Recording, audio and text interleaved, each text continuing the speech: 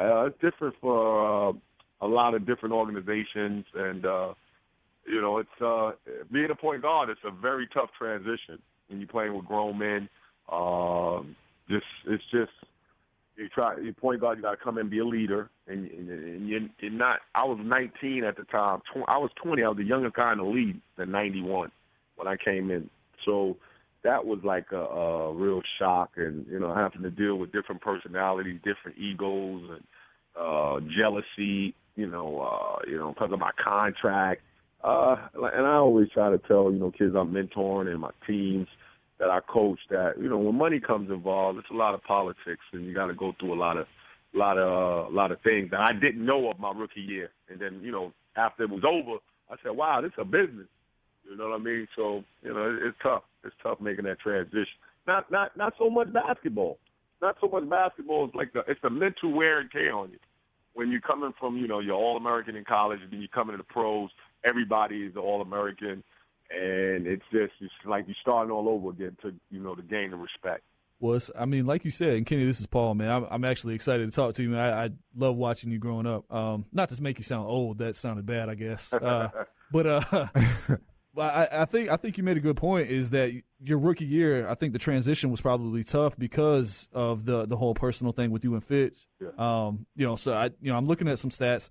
You only started 13 games, as you said. Didn't get. You got like 17 minutes a game, so the stats weren't there. But it's awesome though, because if you look at the next 2 years, your stat progression was, really impressive. So going through that though, I'm looking at some of the pit stops you had, and I don't want to call you a journeyman because most of your teams you played were towards the end of your career. So that's not quite the same thing. But I do want to kind of talk about that. You said you really enjoyed playing in the metropolitan area. So going from New Jersey to, I guess the state I grew up in, North Carolina. Yeah. How big of a transition was that for you? And did you like being there? Because I tell you, man, I got up out of North Carolina. I kind of was weird. I don't consider myself a journeyman because I played 5 years with New Jersey Nets. Yeah. 5 years with the Boston Celtics, and then I half a season with the Charlotte Hornets, 2.5 with Portland Trailblazers. But that stopped. I got traded. That's when Drazen Petrovic passed away. Yeah, unfortunately. He got killed, and Derek Coleman got traded, and then I was on the island by myself. I turned down, I believe back then, I turned down a $40 million deal that the Nets was going to give me, to stay. But I said, I'd rather, get traded. And Muggsy Bogues was injured. He was injured. So they brought me over there from New Jersey. I got traded to Charlotte, and I loved it. Being from Georgia Tech, I was at the ACC lad. Yeah, that's true. ACC lad, so I loved it. Everybody loves you, ACC lad. Yeah, I thought they was going to pay me, but George Shinn had just gave that big contract to Larry Johnson, right. That $100 million. So he was like, nah. We ain't paying nobody no more. And, he couldn't. Yeah. So then I got, Portland Trailblazers where I got love. Man, you had a huge year there, too. I had some big years there. They gave me my big contract. Mm-hmm. So I remember those Portland teams. I thought that I was going to end up staying there because I played some great basketball there. But you really did. DJ Carlissimo and Rick Carlisle, that was one of the reasons I was there. They wanted me there, and they got fired. And that's when everything, then I got traded to Boston. And that's where, Boston was just awesome.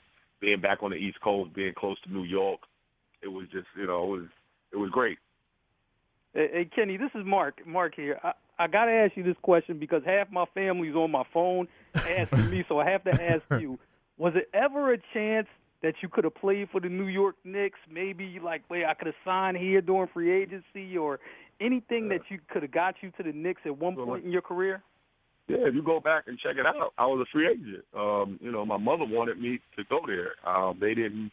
I always say I just wasn't a Pat Riley guy. Pat Riley. I had played 4 or 5 years over with the Nets and did a great job against the New York Knicks. We had some battles, and I was a free agent, 97.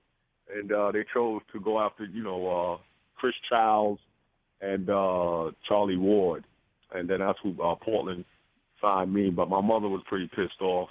They didn't sign me. Rest in peace, my mother. But that was all doing, Pat Riley and I guess a little of Patrick Ewing. So we had the same agents at the time. Me and I was with David Falk. But I guess they didn't want to spend that money on me. So, that's the main thing. It was a business decision, and that's what happened. I thought I would be in their runnings when I became a free agent, but they went with Chris Childs and Charlie Ward. Okay. So Kenny, I heard that you have a documentary you got coming up. So tell us a little bit about it. Oh man, yeah, it's my man. So it's awesome. It's awesome. Mr. Chibbs, you can go on MrChibbs.com and check out everything. Check out the trailer. Basically, just being a child prodigy. Coming from New York City, all the obstacles I had to overcome. Drug addicts and coming from a drug addict infested neighborhood and family members and living through it, and the recruitment of Kenny Anderson. I was the number one recruit coming out of high school, and it's just my whole life, man. I think it's going to be really inspirational for all the young kids that got potential, and even for some of the adults just to see, the ins and outs of the NBA, the college. I touched on every personal life, basketball, education, financial literacy. So, it's just a real deep thing. I want to give a shout out to Skyscraper Films, who invested in me. They believed in the project. And my guy, Barry, who's a VP, who's a executive producer, Barry, and Jill, my director, Jill Campbell, is just a hell of a director. She's doing a great job. We've been filming for 2.5 years. So got about to get it done. So I'm excited, man. It's a big time thing, very, very, very dear to my heart. Yeah, and it sounds great. I'm definitely going to check it out. Now, speaking of checking you out, you're going to be here in Orlando, right? We got a nice little game coming up on Saturday. You want to talk about that for a second? Yeah, man, Toy Drive, I'm there, man. They called me. They reached out to my people. Anything giving back for the kids. I'll play a few minutes. I don't know if I'm a little slower now. So my crossover is very slow. That behind the back crossover? Yeah. Yeah, we know it. That's my favorite, baby. We know. Slower, man. But no, it's basically a toy drive. The flight hoop team, the pro team, is involved in it, and I'm looking forward to it. Coming down to Orlando and just giving back and helping the kids with the toy drive and whatever I can do. When it's youth, I'm definitely a part of it, and that's what I've been doing since I retired. I've got my AAU program, South Florida Elite, and mentorship programs, and just reaching out, trying to help the youth. So I'm looking forward to it. Absolutely. Exactly. Well, Kenny, before we let you out the door, speaking of the behind-the-back moves, you had a famous one back in college. The move. The move. Real quick, 30 seconds. Tell us about your thought process and how Bobby Hurley treats you now after that. I'll tell you something, man. I hung out. That's my guy, man. Much respect to Bob Hurley. His first year at ASU, I hung out with him 3 days. He's going to be on my documentary. I got to give him a lot of love. Awesome. And we went over the move. It's going to be crazy. But that night, man, I was just tired of hearing about Duke. He's a fierce competitor. Have no disrespect from Bob Hurley or the Duke. Duke College, but they was just winning, man. They was winning everything. So I don't think it was jealousy, just envy. So I always wanted to have great games against them. And you did, that man. That night, man, the building was electric. It was just I had a big time game, but I was just going out there competing, and I went off instinct. You know what I mean? So me and Bob was on that break.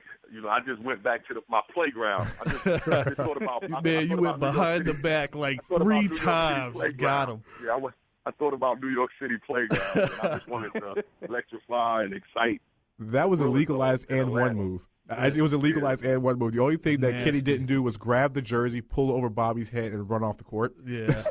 Man, hey, look, for those who don't know what we're talking about, there's like a 7-minute clip of Kenny Anderson torching Duke that night on YouTube. It's amazing. It's 7 minutes of your life that you definitely have to go see. But, Kenny, before we get out of here, how does everybody get in contact with you on social media and those types of things? And also, when is your documentary coming out? I'm a big time Twitter guy. You can follow me on Chibbs_1, CHIBBS_1. My documentary will be out. I say about 9 months. We're in editing mode right now. But you go to my website. I'm gonna have all different type of merchandise. MrChibbs.com, MrChibbs.com. I got beanies. If it's getting, and I don't know how cold it gets in Florida, up in Orlando. I live in Florida, so y'all need to get on the website and get a couple of my beanies, man. It does get a little chilly. Support. I'm coming hats, everything. I'm going to support, even though Florida only has about 7 cold days a year for me to use the beanie. But it's all support and love. So don't worry, Kenny, I got you. I'm in Philly. So, you need one. You better get on there, man. All my New Yorkers and all my Philadelphia. I love playing in Philly. When going to play Allen Iverson, he used to cross me up all the time. But, he admits to it. That was awesome. I crossed him up a few times, but he crossed everybody up. So. I love Philly. I love going down to play Philly. Ladies and gentlemen, Kenny Anderson, thank you for coming on the show. Yeah, thanks, like Kenny. I said, Saturday night he will be at the Celebrity Holiday Basketball game, which we'll talk about more at 10:30 with Marc King. Like I said, Kenny, anytime you want to come on the show, you will definitely have a place with us. One of my favorite guys. I really appreciate it, and I'm looking forward to it. Looking forward to being in Orlando and, giving back and enjoying my time there. Thank you. Thanks, Kenny. Thank you. My man. Bye-bye. Kenny Anderson, guys, that was really fun. It was. I mean, the blender, the Bill Fitch comments, and, of course, any person who admits to getting crossed over by Allen Iverson is, it's respect in my book. I mean, because, game recognized game, and that pretty much is basically what it is. We didn't even get to the Derek Coleman stories. Yeah, that's why we had to have him on again, because the Derek Coleman stories are her. We got to do that next time. Hey, he's got a seat anytime he wants to. So we're going to take a break here on Full Court Press Radio, sponsored by SOFO LLC on the new 96.9 The Game Orlando. Our good friend John Hamilton from SOFO LLC has something to give away as involving us here at Full Court Press Radio. Who wants to go see the New York Knicks? I know somebody in Orlando does. We'll be right back after the break. I'd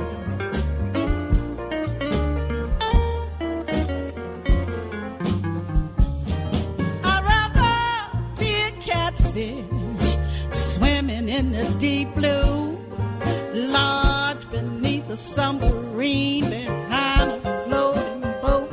I'd rather be a catfish, Lord, in the deep blue sea. Products liability, visit forthepeople.com. Any Napa guy knows, and science proves, the best minivan is the one you've already got. Park Kid Transporter, Park Drywall Mover. Who cares if the faux wood grain is a little faded? That was a platinum package option in 1987. With over 400,000 parts and a little Napa know-how, you can keep anything on the road. Because it's not old, it's vintage. That's Napa know-how. Welcome to Late Night Parents. I'm your host, Ted Hicks. We have a weekly podcast where we sit down and talk with game changers in the sports, technology, education fields. We even do product reviews and giveaways. Why, you ask? Because we're all parents. So if you're ready for an up-close and personal look, then you can check out our podcast. New episodes are available every Thursday. Catch us on Facebook, follow us on Twitter. That's Late Night Parents. The site is latenightparents.com. Listeners, now I know you've heard of this up-and-coming brand Hoop Culture, which is headquartered right here in Orlando, Florida. But here's something that you didn't know. They are opening a flagship store in Fashion Square Mall, downstairs right in front of the movie theater. That's right, the brand that has brought you the iconic Eat, Sleep, Ball design is bringing their streetwear brand to retail. Stay ahead of the fashion trends. Go visit them online at hoopculture.com or follow them at Hoop Culture. Our listeners save 30% off your next order. Use the code RADIO at checkout. This is the beat of sports. Ronda Rousey brought attention of casual people like Mike Bianchi and others that came and maybe watched a fight or two. I don't think they watched anything else on the card. They don't know anybody else on the card. They couldn't tell you whoever else was fighting. They just said, okay, she's fighting. Quiet. They didn't watch any of the prelims, and they couldn't tell you who won the other co-main events. Your sport didn't benefit from that. If Dana White, which is what I think he did, he successfully marketed something at the right time that sparked a spike in pay-per-view buys and was going to ride that as long as he can.